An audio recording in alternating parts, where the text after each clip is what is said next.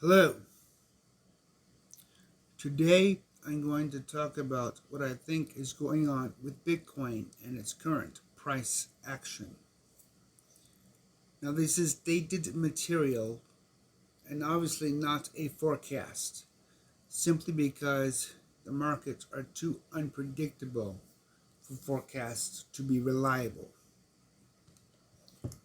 Today is June 12th, 2022. You're looking at the one-day chart for Bitcoin right now. Overall, as you can see, since roughly the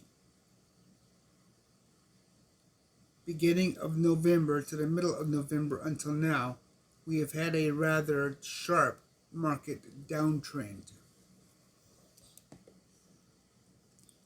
Current price at roughly around 28,000 from a high of roughly 65,000 within 6 months. Well, 6 to 8 months. I'm going to pull in and zoom into this section. And one of the biggest questions I get asked on a routine and regular basis is, have we hit the bottom yet? No, because the bottom is 0. But I do believe price action has hit a plateau. As you can see on the chart from June to July, the price action has been pretty stable and consistent. Let's zoom into that section right here. So I think we have hit a point to where the market is now trying to decide the next direction. Buyers and sellers are being cautious because of how long this bearish trend has lasted. From the standpoint of where the market may go, it's still well below momentum, and momentum is trending downward. But realistically, price action on a daily basis since roughly May 10th to the 12th has shown a consistent range. So I think from here it's a matter of consolidation and determining just how far this correction needs to continue. I personally believe we stand a good chance of the market turning around, at least for a short period, and trending upwards. How long that will be is really difficult to say, considering the level that the market corrected to begin with. And I think we need to look at as a whole and in context what caused the last 6 months of market correction. I personally think Bitcoin is overvalued. And I think the prospect of using debit cards linked to Bitcoin is what really facilitated this extreme correction of 50% of its value. Potentially more now that we are below the 30,000 mark. Trying to use Bitcoin as a currency with its volatility as extreme as it is, I think is only going to facilitate these insane corrections. You cannot have a currency value of $5 per product right this moment, and then an hour or two later have the same product only worth $2 or $3 after the conversion point. I think that is a big problem for business in general, as supplies are fixed based upon fiat.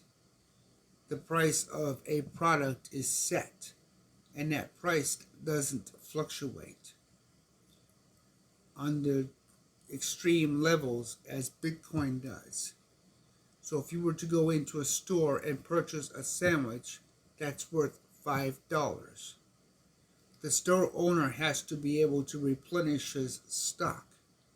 of meats, cheeses, and vegetables that produced that sandwich. Those prices are fixed and set at a consistent rate. In order for Bitcoin to continue to act as a currency, it too must become fixed and set at a rate that is acceptable with common market practices. It would be like going into an electric company who has prices set at kilowatts per hour. Well, if person A went in when Bitcoin prices were at $35,000 and paid 0.1 BTC, person B goes in an hour later where prices are at $28,000 and person B pays 0.1 BTC. From the market standpoint, that's not appropriate. The price of the product needs to be consistent in a relation to which the product is metered. That is what I think is driving the price of Bitcoin and the cryptocurrency markets in general. As these markets begin to become more and more tested with more and more stable use cases, I think you're going to see a prospect and a separation between store of value versus utilitarian value. And for this context, I'm going to stipulate store of value being that the product isn't going to fluctuate much in price. That is, $5 yesterday is going to have roughly the same value as $5 today in order to have a meaningful store of value. And realistically, when you really look at any and all products on the market, the only real store of value is labor. The prices of gold and silver are artificial, and as the Great Depression had proven, its value is meaningless when people are starving. So its store of value fluctuates. The store of value of food remains relatively high because it is a consumable that provides vital sustainability.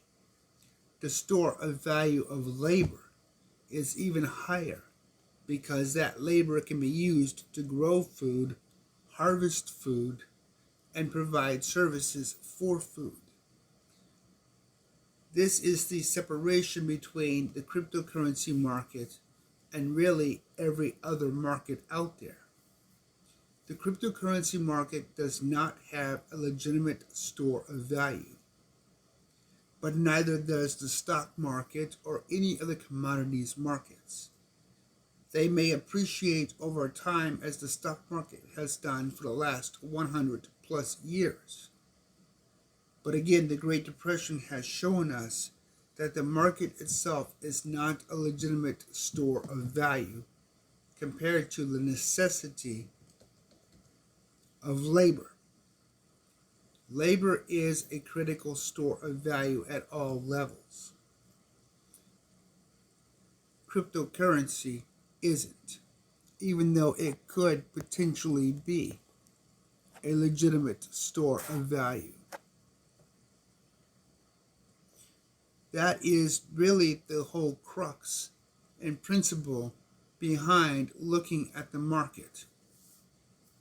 Cryptocurrencies like Bitcoin offer liquidity to the retail investor to increase profitability, but they are not long-term holding instruments. They don't appreciate over time. It's best to trade, cash out, and reinvest through systematic analysis. Cryptocurrencies like Bitcoin will perhaps one day grow to be a legitimate store of value, and they may even stabilize to become more legitimate than current fiat markets. But the legitimacy of that principle is and of itself speculative. Labor is not speculative. You have whatever you have for labor. Whether it's your knowledge as a teacher or your labor in farming and harvesting. Your labor is set. You use it continually. You can increase your labor capability by learning more skills. So your labor is appreciative. It is also depreciative, as if you don't use your labor, you lose value in its ability to use it through physical health limitations. So as we look at this market and we look at the potential Bitcoin offers, I think the market will in general level off at a better rate. As we see from the 4-hour mark, we have indecisiveness, where the market went above the momentum and then it started dropping down. Some economists say the next stop is around the 27,000 mark, and we've already hit that mark apparently just below 28,000. Others say it will be much lower, like around 23 to 24,000. But either way, hitting a plateau at this point is a good sign that accumulation principles like the one you are looking at are going to begin to show some profit. And as you can see with this particular one, it has made 118 profitable trade cycles. Now this is just a Bollinger Band that compares the current time frame with the 4-hour chart. And in this case, it's just a 4-hour chart.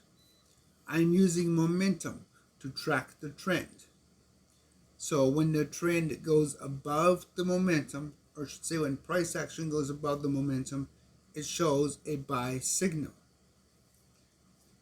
providing it is within the Bollinger Band's spectrum. Now, as a tradable asset, you can see that the profitability here is on average 3% with this time frame. But let's go to the 1-hour time frame where this really shines.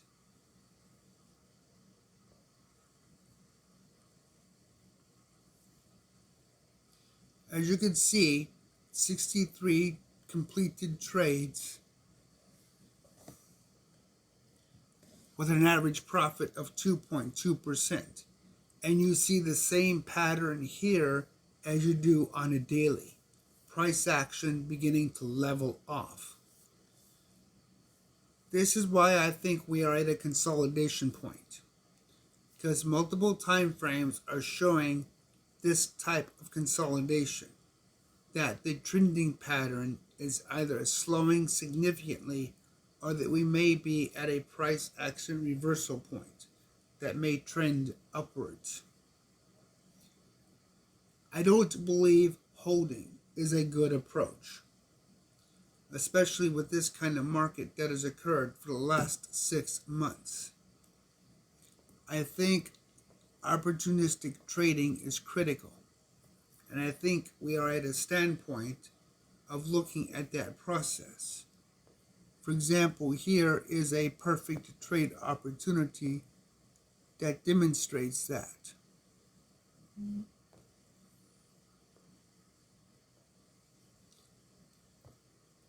We got in the market here, and a short time later, we got out of the market. So we made a profit, and we continued not purchasing through the downtrend. That is critical for this kind of a non-appreciative asset. You don't want to hold and lose value at the same time if you can avoid it. That doesn't benefit you because you're not gaining an appreciative reason to hold. You're only losing money that will either have to wait for recovery if the asset recovers. Luna is a perfect example of one that did not recover, or you have to take a strategic loss for tax loss harvesting. Ideally, the best approach is just to try to find a routine or a recipe that can get you out within a reasonable level of profit or a minimal loss. Now, I believe in accumulation. I'm bullish in that nature. I believe the markets will always, to some degree, recover. It's just a matter of keeping track of your numbers and being strategic about your thinking. Statistically, the markets have shown good recoverability, but there's always the risk that any asset on the market, whether it's a cryptocurrency or a stock, can go the way Luna did and collapse. For the stock market, Sanchez Oil did that. It simply liquidated. So did Remo, Moro, and several other stocks in 2008. There is no guarantee that an asset is going to appreciate. But if you're not getting a dividend for it, there's no reason not to sell when opportunity presents itself. And I think Bitcoin is setting itself up for the next opportunity to get into it to make a generous profit, either long-term or short-term. And this outlook does look good on all levels. For example, let's go down to the 5-minute chart.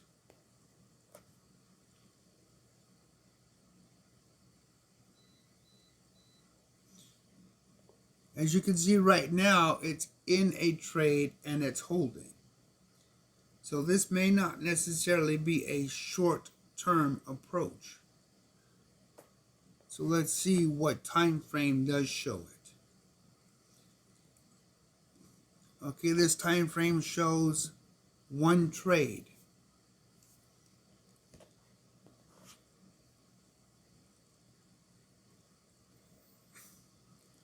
This time frame on the 1 minute shows 3 completed trades, and it is in a trade with a viable accumulation point that has taken place on the 11th. Each market has its own interesting facets and its own interesting characteristics, but overall, you want to stay focused on the opportunities when you can get them. And that's what this looks like. And this really is a very good outlook. So overall, look for these kind of opportunities. For the 1 hour chart, 50 completed trade cycles is quite good. It's consistent, and that's what you want even in a bearish downtrend. Holding doesn't work unless you're in a bull market. Dollar cost averaging works in every market, as long as you are strategic and understand your budget and your risks.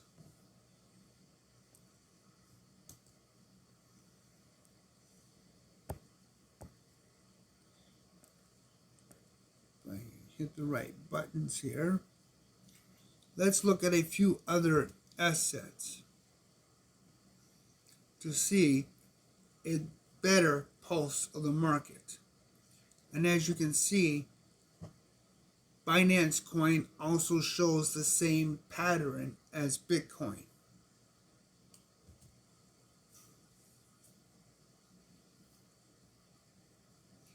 Bitcoin Cash shows a very similar pattern and a very similar number of trade cycles that it has completed.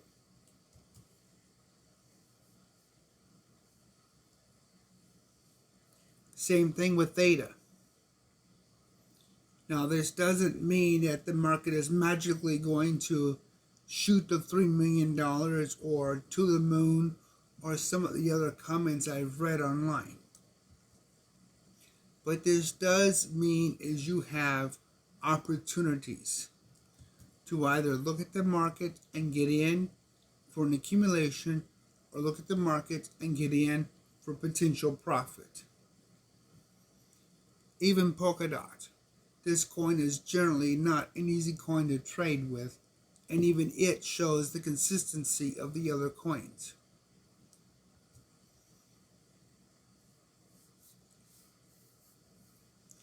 EOS is another coin that is difficult to trade, and yet the same consistency with the market showing a leveling or plateau pattern. And of course, Ethereum.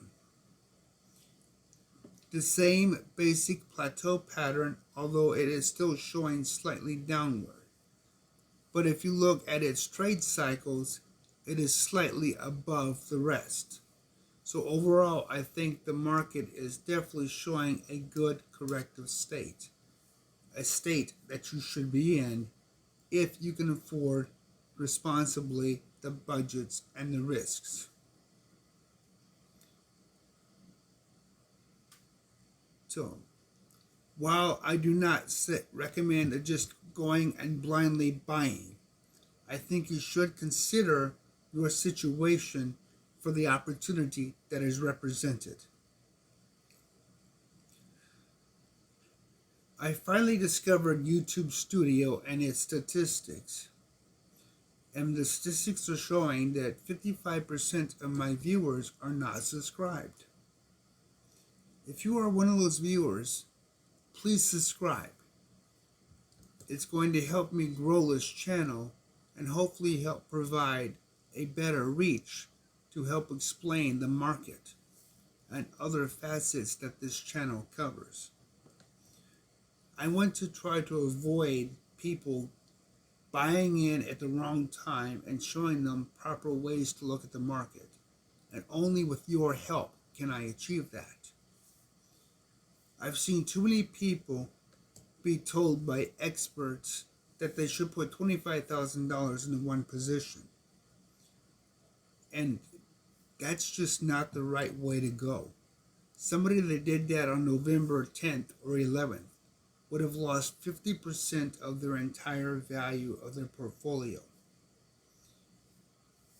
That's the kind of stuff I try to teach against.